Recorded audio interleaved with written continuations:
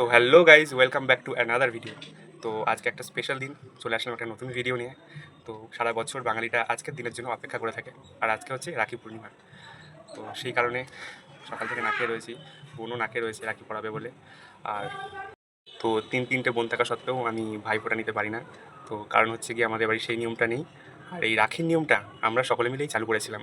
তো সেই থেকে আজ পর্যন্ত সেই রাখির রিচুয়ালটা চলেই যাচ্ছে। তো সকাল থেকে ও না খেয়ে রয়েছে, আমিও না খেয়ে রয়েছি। তো চলো তোমরা ভিডিওটা দেখো। তুলিস না ভিডিওটা।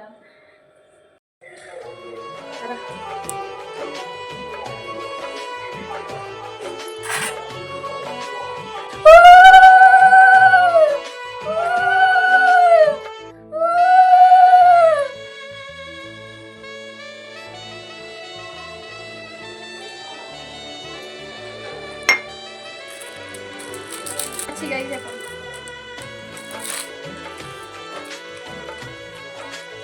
যে রাখি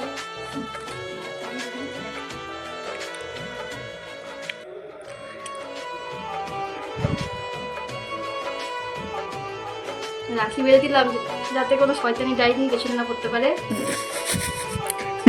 তো ভালো পরি যেন আসে।